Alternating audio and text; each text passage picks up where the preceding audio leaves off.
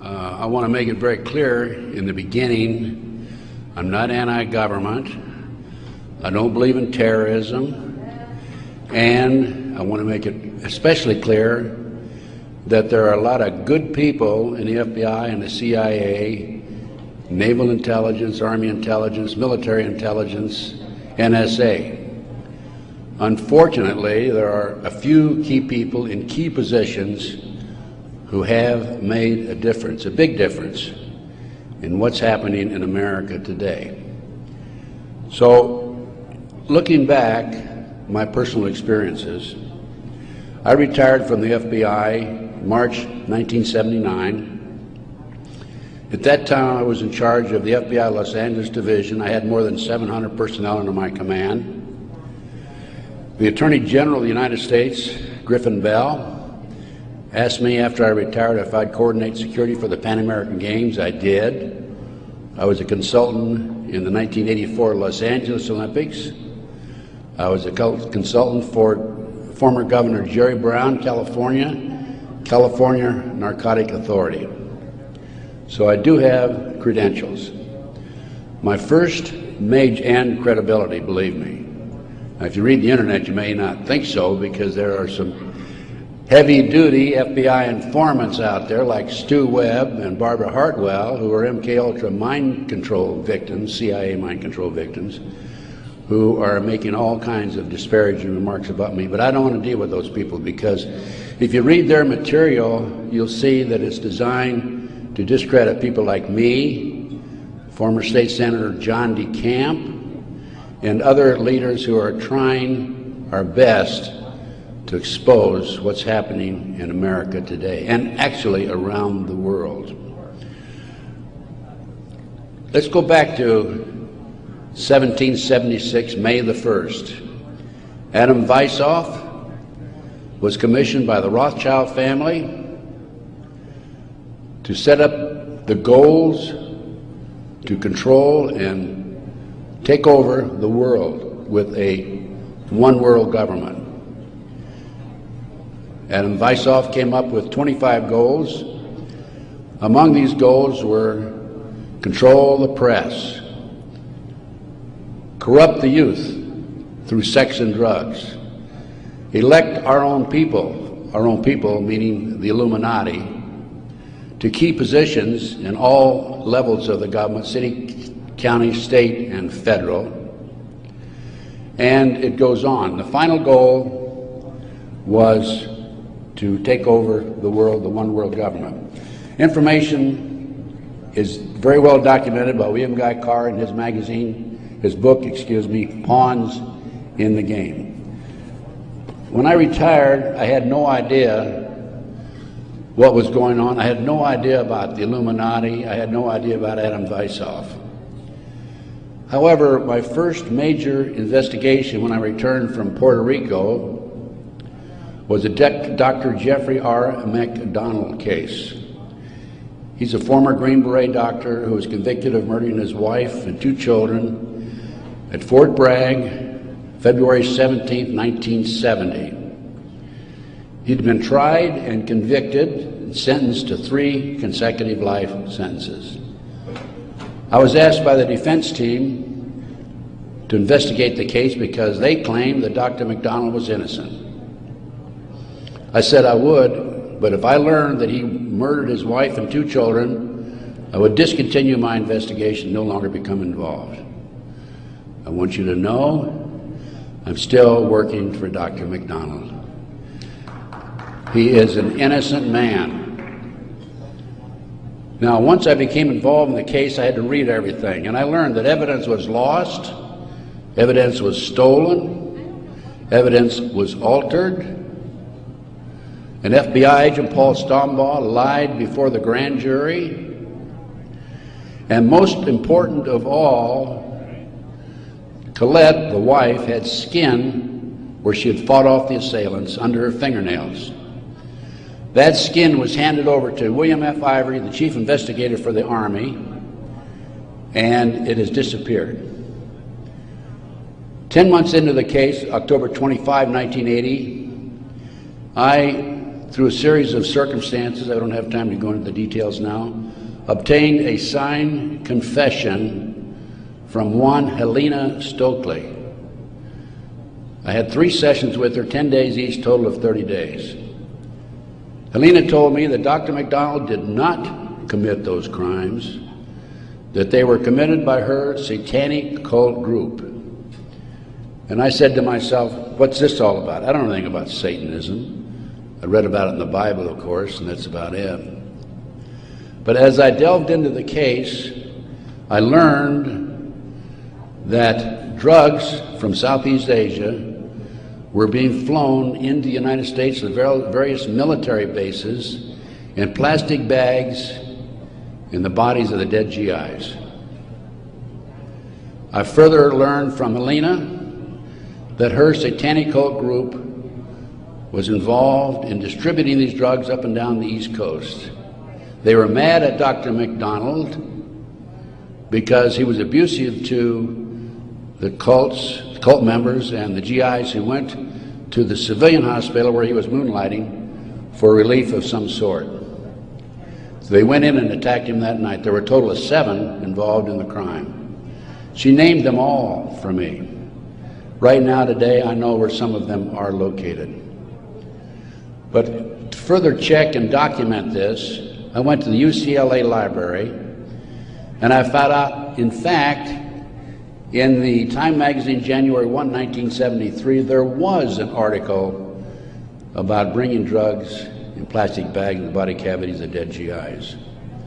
There was no question in my mind Helena was telling the truth. I gave her a polygraph test and she passed. I had her examined by a psychiatrist and she passed. And as a matter of fact, the government themselves had given her a polygraph examination early in their investigation before I entered the case. And Byzantine, the Army polygraph operator, said that she thought that she was telling the truth. She thought she was there that night. Now, the most recent series of events in the McDonald case, now I'm telling you a little bit about the McDonald case because that's what woke me up as to what was going on. It was after that I started researching and went back and found out about the Illuminati. Illuminati/Satanism. It was after that I learned considerable more about what was going on. And the most recent information, Dr. McDonald, who's been in the penitentiary for some 25 or 26 years now, appeared before a parole board just 2 days ago, his first that he's ever appeared before a parole board. And the reason he had never appeared before is because, in his opinion, had he appeared before, it would be an admission of guilt. In this particular instance, he still claimed he was innocent, but he did appear before the board because he's a newly-wed individual with a woman named Kathy. And of course, if you read the papers in the last 2 days, his parole was turned down, and the parole board made him eligible for another hearing in 15 years. This poor man not only lost his wife and 2 children, he has served 25 years in the penitentiary and another 15 years to go. He's 61 years old. I am still working the case. What are the latest developments on the case? In 1997, the judge, federal judge, agreed to do a DNA test. And they chose 15 individual pieces of evidence to be examined. However, the judge said that when you open the evidence envelopes, only the prosecutor can be present. Well, they opened the evidence envelopes. The prosecutor did. How many do you think were empty? 5. 5 evidence envelopes were empty. The skin under Colette's fingernails would have established Dr. McDonald's innocence alone. Now we have DNA authorized in 1997. Here we are in 2005. They still have not completed the DNA test. From the McDonald case, the next case I worked of a major consequence was the McMartin preschool case in Manhattan Beach, California. The children there claimed There were tunnels under the school. They were taken into the tunnels and through the tunnels up into the trap door of a bathroom in a triplex next door, placed in automobiles, and prostituted in the community. These are 2-, 3-, and 4-year-old children before they entered kindergarten. In addition, the children claimed that they were flown into the mountains where they were involved with adults in robes, black robes, chanting, candles. They talked about the brown babies who were cut up, actually sacrificed. And in checking into this and researching this, of course, this was obviously a satanic ceremony. The McMartin family, who owned the preschool, they were tried of Ray Bucky and his grandmother. The grandmother was acquitted, hung jury on Ray Bucky. The second trial, another hung jury. I had an opportunity in 1990 to gain control of the school.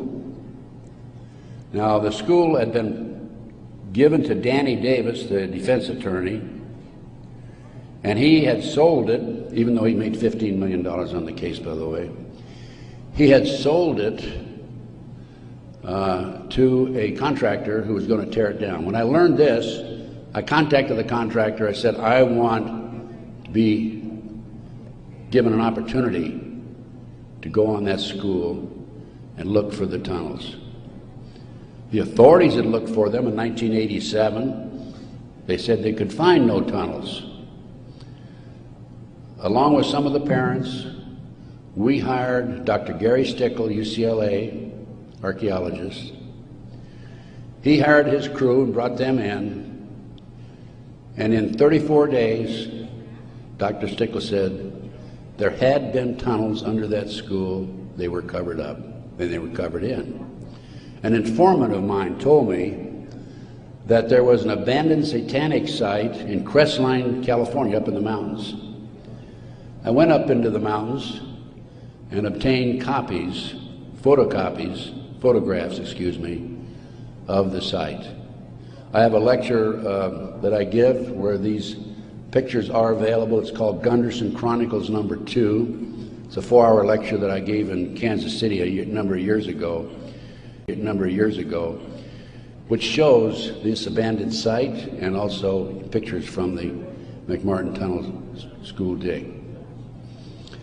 From there, I became involved in another case, very frightening case, because I established, with the help of people like John DeCamp, former state senator in Nebraska, that we have in this country today a covert military criminal enterprise, government enterprise, primarily by U.S. military intelligence, that is operating full throttle, and everybody refuses to investigate it.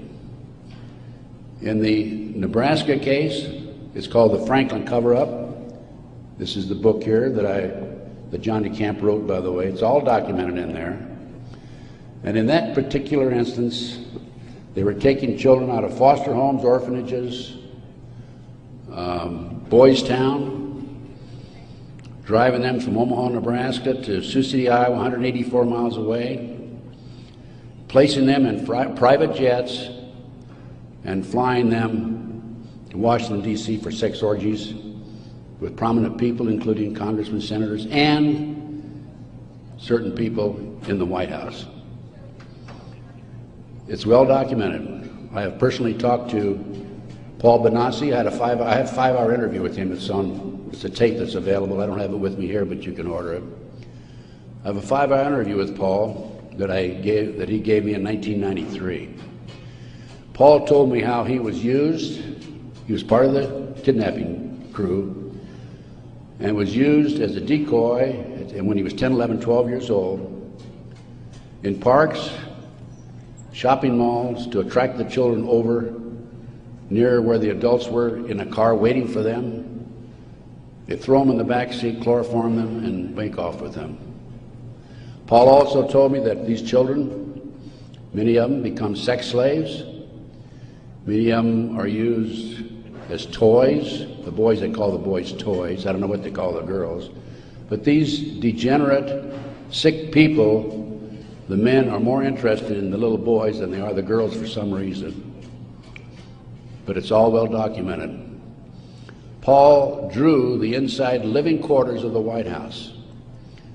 Now, this information broke in about 1987. That's about right after I entered, just before I entered the case. I replaced a fellow named Gary Caradori, who was the investigator for a Nebraska Senate committee.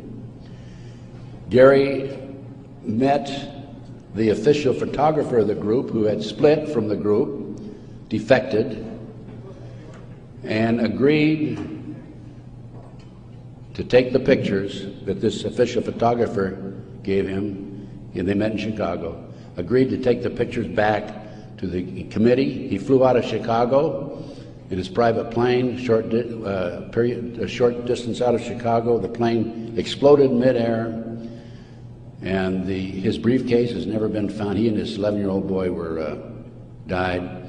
His briefcase has never been found. The rear seat of the airplane has never been found. I had made every attempt possible to obtain possession of or control of that plane, because I wanted to examine it for bomb chemicals, particularly the back seat. It's no longer available. Nobody knows what happened to it. Gary Caradori was a civilian, yet it was taken to a military base for examination. A deputy sheriff was the first one on the scene. He saw the pictures. He started picking up the pictures. An FBI agent came along, took the pictures away from him, told him to keep his mouth shut. He started talking to a few people. A year later, his wife was murdered. He's no longer talking. This international child kidnapping ring, I later learned, was out of Washington, D.C. It was very active, and the organization is known as the Finders. And I have a report on the Finders back there. Everything I'm telling you is documented, by the way.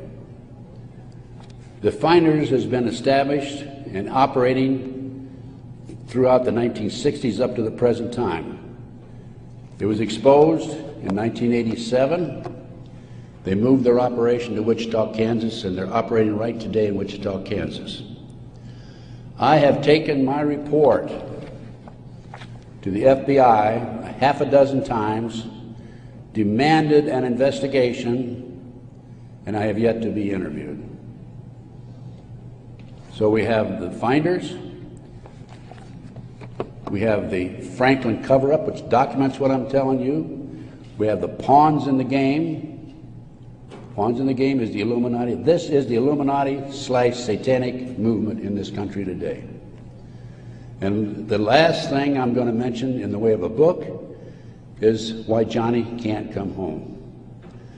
Johnny Gosch was, September the 5th, 1982, a newspaper boy on a Sunday, and he was about to deliver his newspapers in West Des Moines, Iowa. He never delivered any newspapers. He disappeared. The mother, Noreen Gosch, was dumbfounded, didn't know what happened, demanded an investigation of the FBI and by the West Des Moines Police Department. The chief of police in West Des Moines said to her, even though he's disappeared, we do not have any witnesses who saw him being grabbed and placed in a car or being taken control of. So we're not going to investigate it. The FBI used the same premise. They refused to investigate it. Now, I've been involved in kidnappings in the FBI, and I can tell you that it's automatic within 24 hours, at the end of 24 hours, that we had to go in my day, this was back in the 50s, 60s, and 70s, we had to go in and start investigating the case after they've disappeared for 24 hours. Today, As I stand here and you sit there, the children are disappearing in this country at the rate of 83 per hour. That's over 700,000 children a year. Now I can go back to July 1982. The Reader's Digest claimed there were 100,000 children disappearing every year. There's another statistic that I find very interesting, and that is that it is estimated 2,500 children are kidnapped and murdered in this country every year. That's an unbelievable figure. Yet, the FBI refuses to investigate it. Now, after the Nebraska case, and part of the Nebraska case, most recently, we have a young man named Jeff Gannon, who has appeared in the White House using a fraudulent press pass. This has happened within the last month. Certain people in the White House were questioning him and were suspicious of him because when he would engage in a press conference with the president, President Bush, he was asking what they call soft questions. Soft questions meaning the president would have an answer for them, he'd look good. Somebody started checking into his background. They learned that he was actually an individual named Jim Guckert. This is all on the internet, by the way. And Guckert had a homosexual website. So Jeff Gannon is an alias of Jim Guckert. Now his picture appeared in the internet, and he is believed to be Johnny Gosch, who was kidnapped September the 5, 1982. The mother, Noreen Gosch, who wrote this book, Why Johnny Can't Come Home, I have a 2-hour interview with her on video, available again if you want to check my order blank. She did not sit still for this. Can you imagine if the 83 mothers of children who disappear every hour would do what Noreen Gosch has done? We wouldn't have this problem today. She went to the FBI, demanded an investigation. They refused to investigate. The police refused to investigate because the case tied into the Franklin cover-up. Some of our top politicians in the country, leading businessmen, Harold Anderson was identified by the children, past publisher of the Omaha World Herald. The head of the Nebraska Forestry Service was identified by these children. There 80 children came forward in this Nebraska case.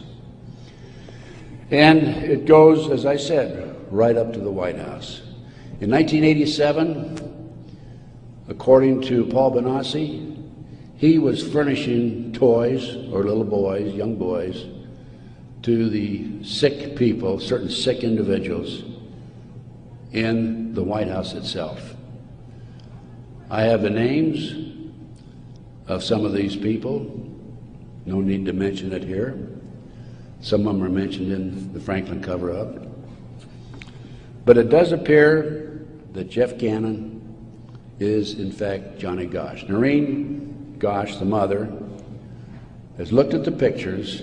She believes it's Johnny Gosch because he has a scar on his right cheek about the size of a nickel. It's white.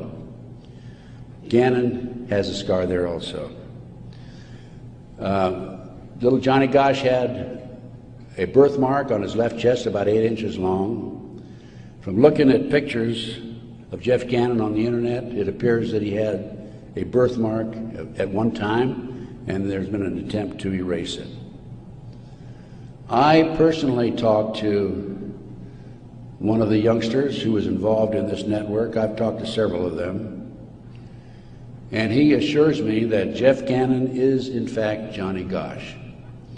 Well, how did Johnny Gosch get from West Des Moines, Iowa, 12 years old, all the way with a phony press pass into the White House as of a few weeks ago? Well, what happened to Johnny is that he was transported from West Des Moines, Iowa to Sioux City. He was placed on a farm for 3 weeks, sexually molested. He was taken to the mountains in Colorado, placed in a cage in a house of some sort, or a cabin. And then later he was used as a sex slave. A sex slave. They didn't kill him, they didn't sacrifice him, although a number of these kids are sacrificed in satanic ceremonies. Now, he escaped with another young man. They stole a car. And in 1997, Johnny knocked on his mother's door at 2:30 in the morning, Noreen Gosh, and said he wanted to talk to her. He was there with another young boy. He came in, he told Noreen, he says, "Mother, I was kidnapped. I've been placed in a covert military CIA-controlled, mind-controlled project and used as a sex slave." He said, "I can't come forward at this time because they will kill me." And then he left. Noreen says that's the last time she talked to him, 1997. Now, several years after that, a girl named Burns, who was a producer for 2020, decided to do a story on the Johnny Gosch kidnapping and the Nebraska case. And she interviewed me. In fact, I spent 5 days with her, gave her the benefit of all my research, which is available to you folks also. And then she got a lead that Johnny was hiding out on an Indian reservation in northern Minnesota. She went there and flushed him out, and he basically went into hiding, and now he shows up at the White House. He was a mind control victim. If you don't know anything about MKUltra mind control program, it came into this country through the German scientists after World War II.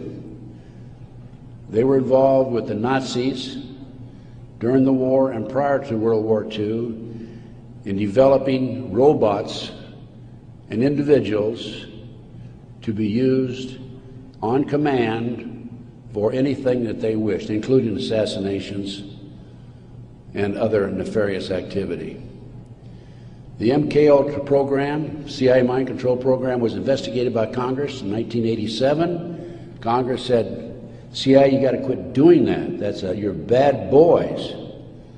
And they said, we will quit. Don't kid yourself. It's very active today. There are people like Barbara Hartwell out there who are mind control victims. She's another one who's been bashing me. I must be doing a pretty good job because I wouldn't have these people criticizing me on the internet like they do. And of course, it doesn't bother me in the least. But going back to the Nebraska case, MKUltra, a lot of this training took place at Offutt Air Force Base in Omaha, Nebraska, which was Strategic Air Command headquarters.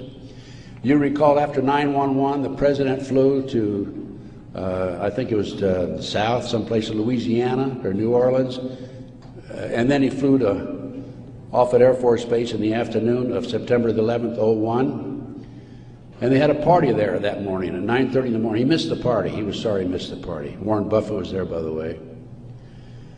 And the MKUltra program has been very actively administered, not only at Offutt Air Force Base, at Fort Bragg, North Carolina, the place where Dr. McDonald's family was slaughtered in 1970.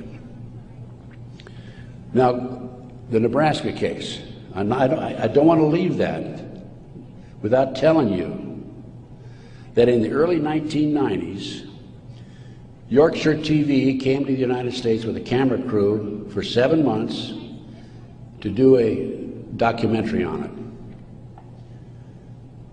They went back to England, produced the documentary, and they brought it over into the United States. It was listed in the TV guide to be aired on May the 3rd, 1994. When certain members of Congress found out about it, they threatened the cable industry with restrictive legislation Somebody anonymously bought up the rights to the videotape or the documentary and ordered all copies destroyed. I just happen to have a bootleg copy of that documentary, and it is available. I have been selling these and these books and getting this report out of mine to anybody that's interested in it. And by the way, I have a 5-package deal for you at about a 15% discount, 15 to 20% discount if you buy all 5 items. So about 6 months ago, as any good investigator would do, I said, I'm going to get a copy of that TV guide. I didn't have a copy. John DeCamp had one at one time, couldn't find it. That's typical of John, by the way. Good friend, great guy. And so I said, I'm going to get my own copy. So I wrote to TV Guide people. And I received a copy of the TV Guide for May 3rd, 1994. 10 p.m. Discovery Channel. It's not listed. A nature show is listed instead on the new reprinted edition. I'm not going to be outfoxed by these people. I went to the Los Angeles Times TV log. It's listed, Conspiracy of Silence. I called a friend of mine in Philadelphia, and I said, check the TV log for the Philadelphia Inquirer. Conspiracy of Silence is listed in the Philadelphia Inquirer. The power of the press. They changed and reprinted the whole TV guide. It never has been shown publicly in the United States, and I doubt if it ever will be shown publicly. But as I said, it is available to you. Now, that's not the end of the story for me, because I am continuously probing, continuously working, continuously talking to various sources and putting it on paper and documenting and getting the word out. This is the direction that we have to go. Americans, for the most part, are oblivious to what's really going on behind the scenes. One of the things that, in addition to the McDonald case, that got me thinking was the Jack Kennedy assassination. So I checked into that, and by the way, I used to be in charge of the FBI in Dallas, and also I was in charge in Los Angeles after Dallas. So in checking into the Jack Kennedy assassination, I learned, no question about it, that it was a joint hit by the CIA and the Chicago mob. Sam Giancana, head of the La Cosa Nostra in Chicago, 3 days before he was to testify before Congress, was shot and killed, murdered. This encouraged me to do some more checking into some of these national terrorist acts that have taken place and other cover-ups in the United States. I interviewed the naval intelligence officer who on December 4th, 1941, received information that the Japanese were going to bomb Pearl Harbor. We had broken the secret code of the Japanese. He told me personally, on December the 4th, he gave it to his superiors. They passed it up the line. After Pearl Harbor, he was subpoenaed to testify before Congress. His boss called him in and said, don't worry about it, don't respond to the subpoena. Someday you'll know why. He never did testify before Congress. And he recently passed on, by the way. So we have not only a cover-up in these other areas, but looking at the national picture, Pearl Harbor. And look at Waco. The military was involved in destroying and shooting and killing, and also the FBI, women and children in Waco. They used tanks, military tanks, in violation of posse comitatus, which is a law that says the military cannot be used to enforce a civilian population. They got away with it. There's an interesting story. I did some research on Waco. As I've told you, I've done a lot of research. And in many instances, I've not only been there, I've done that, and I've been on the scene. I've spent most of my retirement money investigating these matters, including Oklahoma City, and I'll go into that in just a minute, 911 and so forth. But in Waco, there were 4 BATF agents who were shot and killed. Some of the Branch Davidians were tried, sentenced for these, quote, murders, and are serving prison terms today, probably for life. In researching the 4 BATF agents who were shot, I learned every one of them was shot in the head. Now, for those of you who have been in the military, that's a sniper shot, no question about it. One of them, the bullet, the trajectory of the bullet was from above, down through his lip, and into his body, probably from a helicopter. It's interesting to note that these 4 men, BATF agents, at one time were all bodyguards for former President Bill Clinton. That was Waco. Ruby Ridge. Randy Weaver was set up by a BATF, Bureau of Alcohol, Tobacco, and Firearms, informant. He bought a shotgun that was about 1/4 of an inch too short by law. They arrested him and served him with a warrant. He refused to appear before the courts, and they sent an army after him. Horiuchi, the FBI sharpshooter, shot and killed his wife while she was standing in the doorway. He used to brag about what a great shot he was. Another instance where they tried to railroad a good, loyal American who fell in a trap.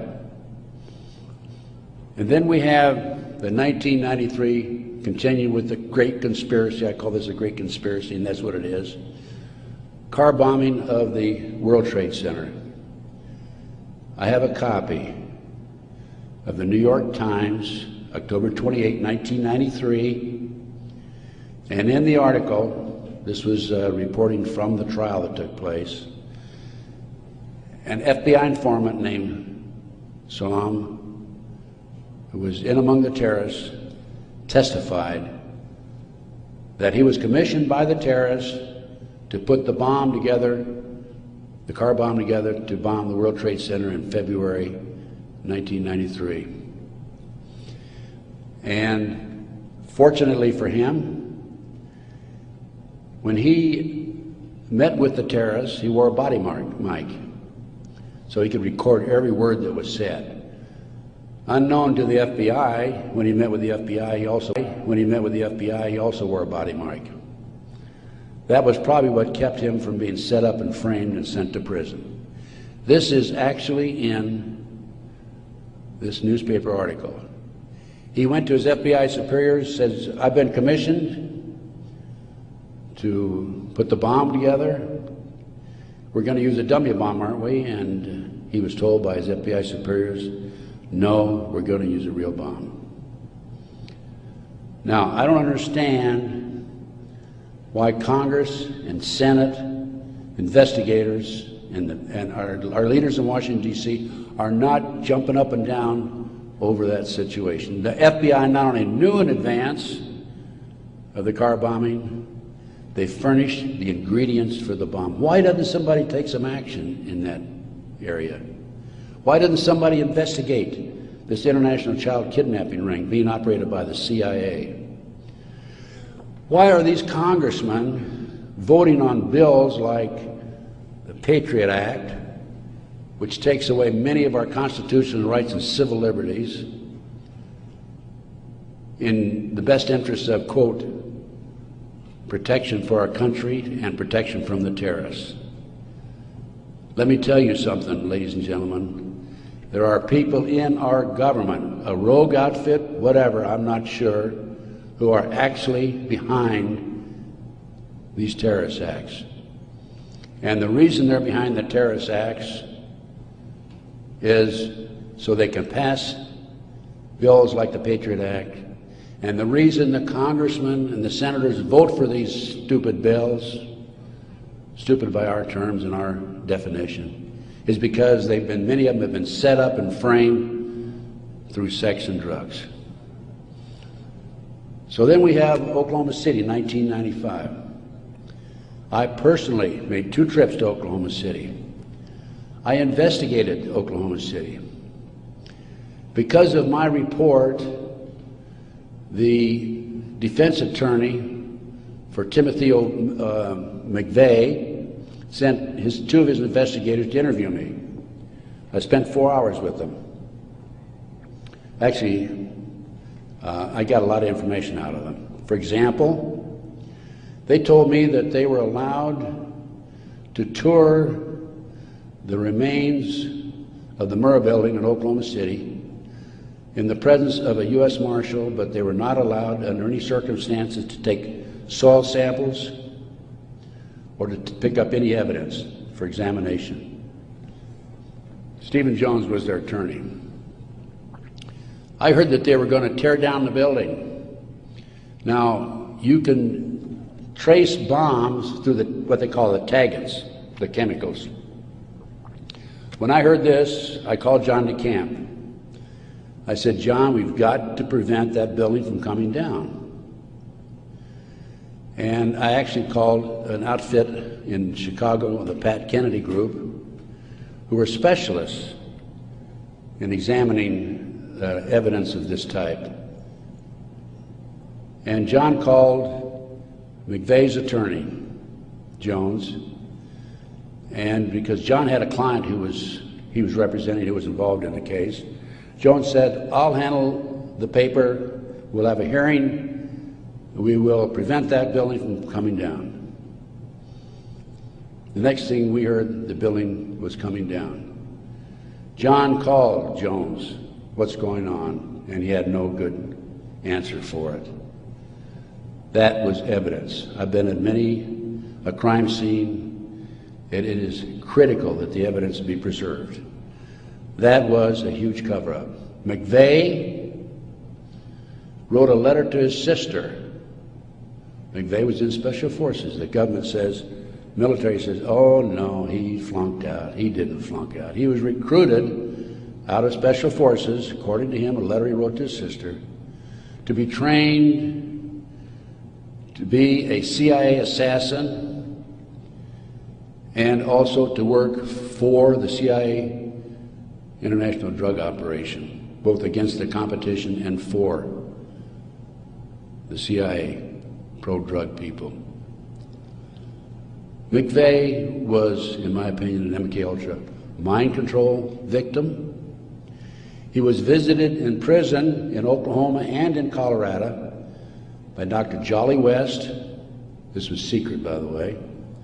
I happened to find out because I made some phone calls to the right people. Jolly West was one of the foremost leaders, along with Sidney Gottlieb, in the CIA's MK-Ultra mind control operation. Why would somebody like Jolly West go interview McVeigh, not only in Oklahoma but also in Colorado during the trial? Because he was a mind control victim himself. At one time, it was reported, I think in the U.S. News and World Report, that McVeigh had a microchip in his buttocks. Our military reportedly have been using microchips to keep track of their soldiers.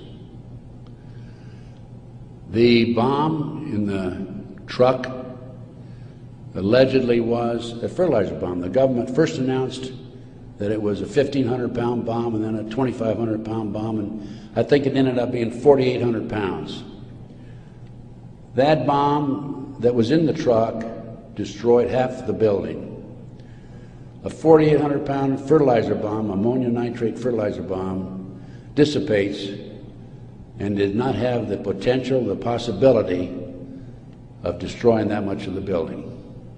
After the Oklahoma City bomb went off, I had a call from a friend of mine, Michael Riconosciuto. For those of you who are making notes, look up in the internet, R-I-C-O-N-O-S-C-I-U-T-O. Michael Riconosciuto. I've been working with Michael since the early 1980s, 82 is when I first met him. He was a CIA agent, operative for some 2 decades. He was also an FBI informant at one time. His father owned the Hercules Manufacturing in Silicon Valley, California. Hercules Manufacturing developed what is known as the electro-hydrodynamic gaseous fuel device, which is a highly classified bomb. The bomb was actually manufactured by Dyna Nobel out of Salt Lake City. Now, Michael, in the meantime, is in jail now, right today. In fact, I talked to him yesterday because he started to talk before the Brooks Committee about a very interesting case involving the Promise software. The Promise software was in a computer operation that developed all kinds of intelligence information on you and I and every citizen in America. The Department of Justice leased it for 2 years. At the end of 2 years, they refused to pay Bill and Nancy Hamilton the $10 million they owed them. Then the Department of Justice, through Earl Bryant, past president of United Press International, took that computer and sold it around the world. Sold it to the French, to the English, Israelis, the Canadians. Unknown to these foreign countries, the officials in these foreign countries, there was a trap door in the computer. Very clever, huh? A trap door secretly allowed us, the U.S. government, to retrieve all the information they developed. Michael Reconnaissance was the CIA agent who developed the trap door in the Promise software computer. And when Congress started to investigate it, in the late 1980s, they called on Michael, and we want you to testify. Michael received a threatening phone call 2 weeks before he was to testify. He claimed from a fellow named Vietnix, Peter Vietnix, U.S. Department of Justice, if you testify, you'll be sorry. Michael testified anyway. A few weeks later, was arrested for drugs, is now serving a 30-year prison sentence because he dared to expose these nefarious activities by this rogue criminal enterprise operating within the confines of the U.S. government. Now, I got off a little I gave you a little background on Michael. Going back to Oklahoma City now, I want you to understand who Michael is. He's not some guy walking down the street with a grocery basket looking for a recycling center, okay? He has credibility.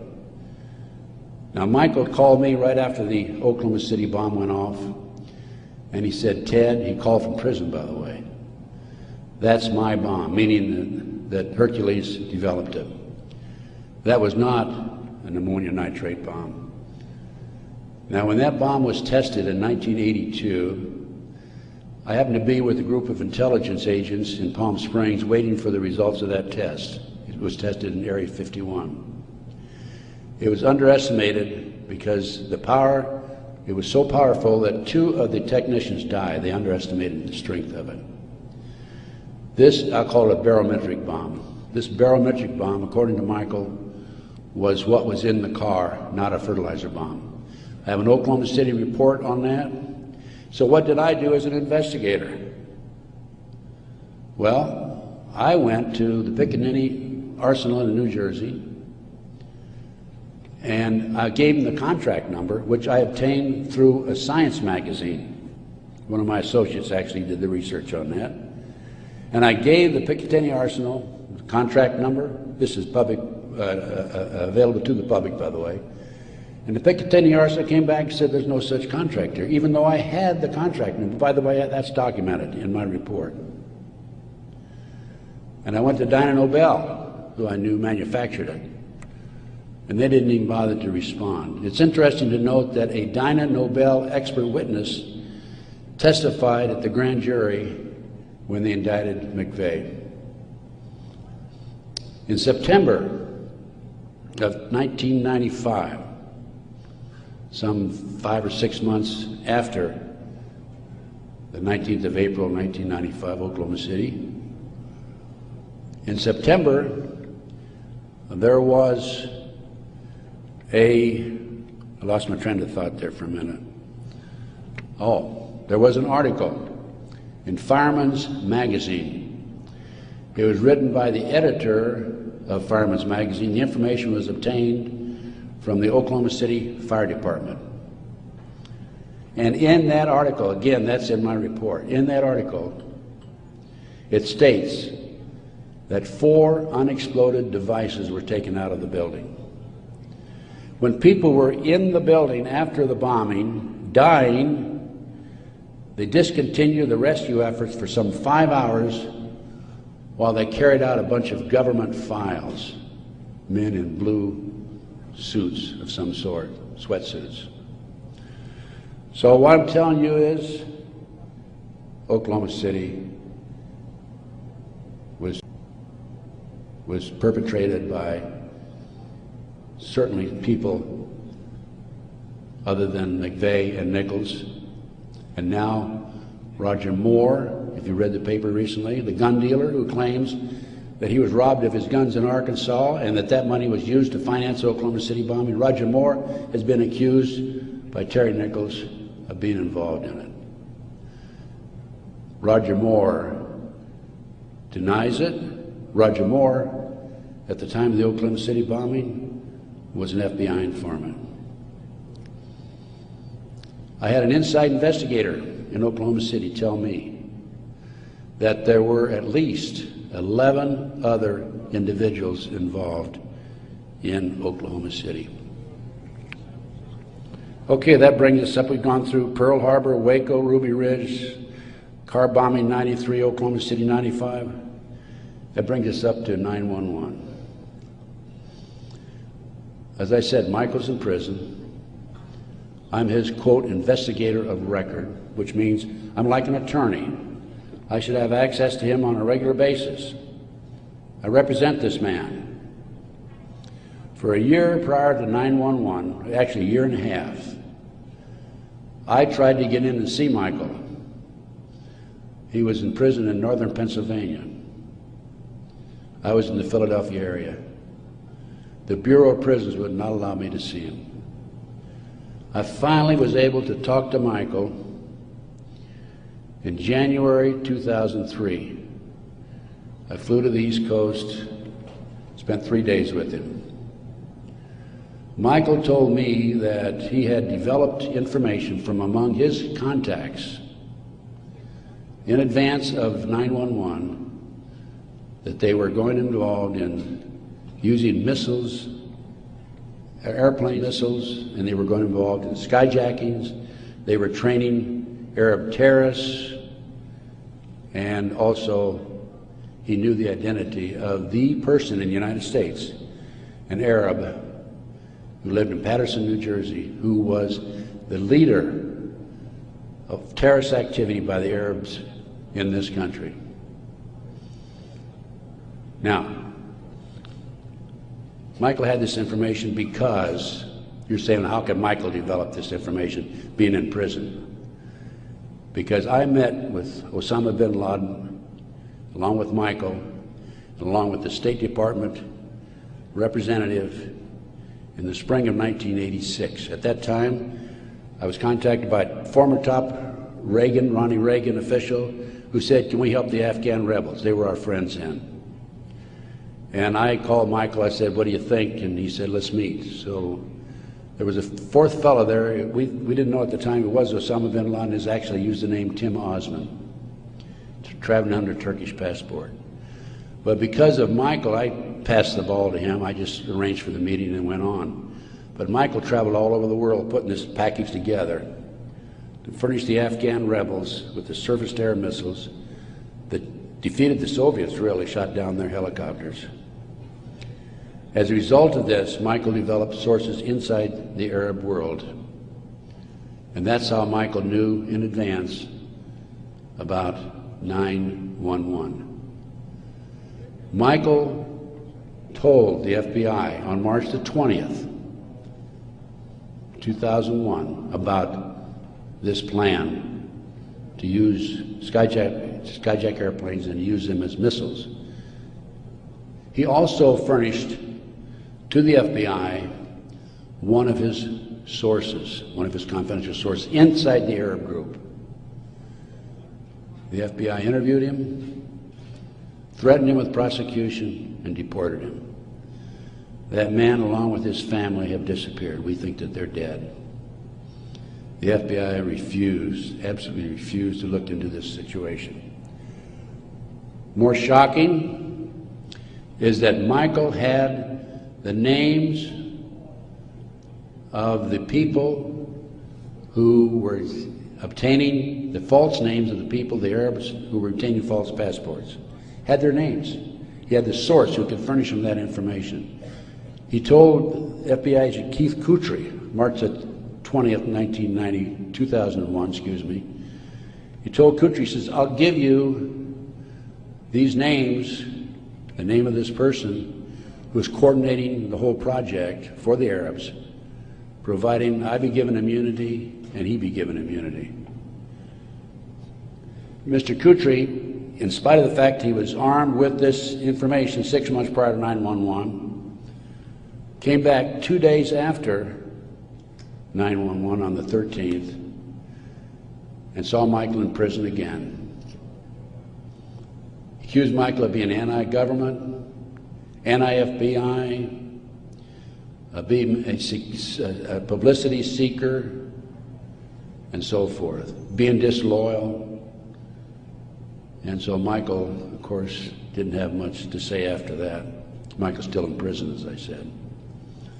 But we had this information, the FBI had this information, did nothing with it. Kutry admitted on September the 13th, admitted that the FBI did nothing with it. So after I visited Michael, excuse me, 2003, I felt it was important that I confirm that the FBI did meet with him. The Bureau of Prisons would not furnish Michael with the visitors list to confirm it. And so I started writing letters to the FBI through Senator George Allen. Oh, thank you. Thank you. And to confirm that he did in fact meet with them, I wanted to document it. I also asked for the identity of the other agent who was with Agent Kutry. And I had a terrible time. It took me a year and a half writing letters to the FBI to get them to admit that they'd interviewed Michael on March the 20th, 2001. I finally did have that information. That information is available again in one of my reports, my terrorism report that I have in the bag. So that basically brings me up to the present time. I think my time is up. But I feel compelled, as a former FBI agent, I had all this training, and I feel compelled to do everything I can to educate as many fellow Americans as I can as to what's going on behind the scenes. We have been operated and orchestrated primarily by U.S. military intelligence, covert criminal enterprise involving the FBI and the CIA, active in this country today. It's being covered up right from the beginning. They're using FBI informants to set up and frame people. By the way, they tried to frame me on a drug deal back in 1984, and it didn't work. The girl that they used to try to frame me contacted me, said, I need to meet with you. We met, she told me the whole story. I took a signed statement from her. Her name is Pam Fawcett. And I said to Pam, Pam, you're working for these people, the DEA and the FBI, in Modesto, by the way. She was making phone calls to me. I said, you're working with these people trying to set me up. Why have you, and of course, in the phone calls, she kept saying, trying to get me to make admissions that had knowledge of a felony, and I wouldn't. I said, I don't have any knowledge of that. Or was involved in a felony, actually. I said, Pam, look, you were working with these people for 6 months. They gave you $2,000. You had the run of the FBI office. You had your own coffee cup. Why did you come to me and tell me this now? And I'd helped her, give her a little advice about her 14-year-old son. in the interim, you know, talking back and forth as any individual would do who might be able to help.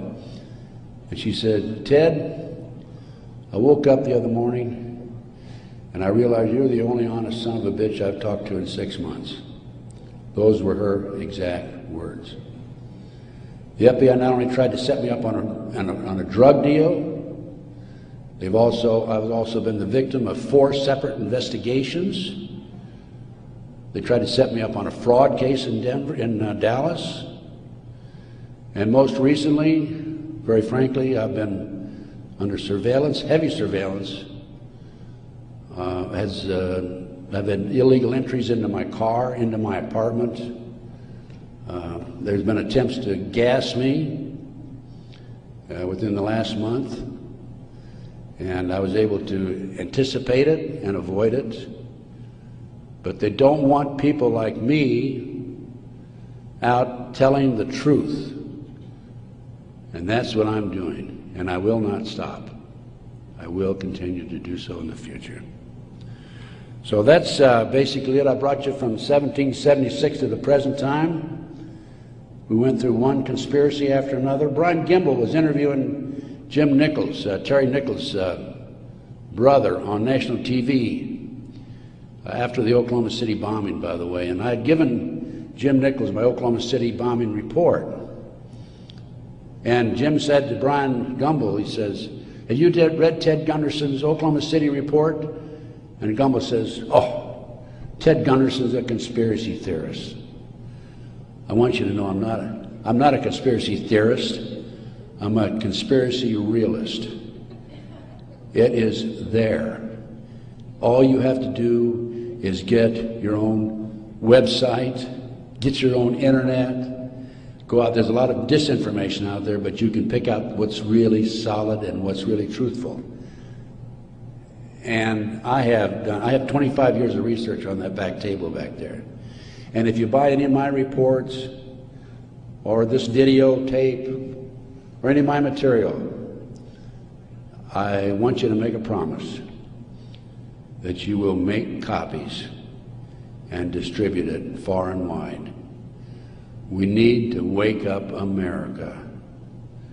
Right now, let me emphasize again, I'm not anti-American. I don't believe in violence. I believe in change through legal means.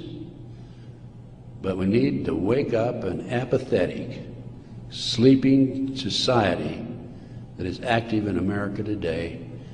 And this not only ties into MK Ultra, CIA, it ties into Satanism. There are approximately 4 million practicing Satanists in America today involved in the Nebraska case. And I can go on about satanic cults for another hour, but I think my time is almost up.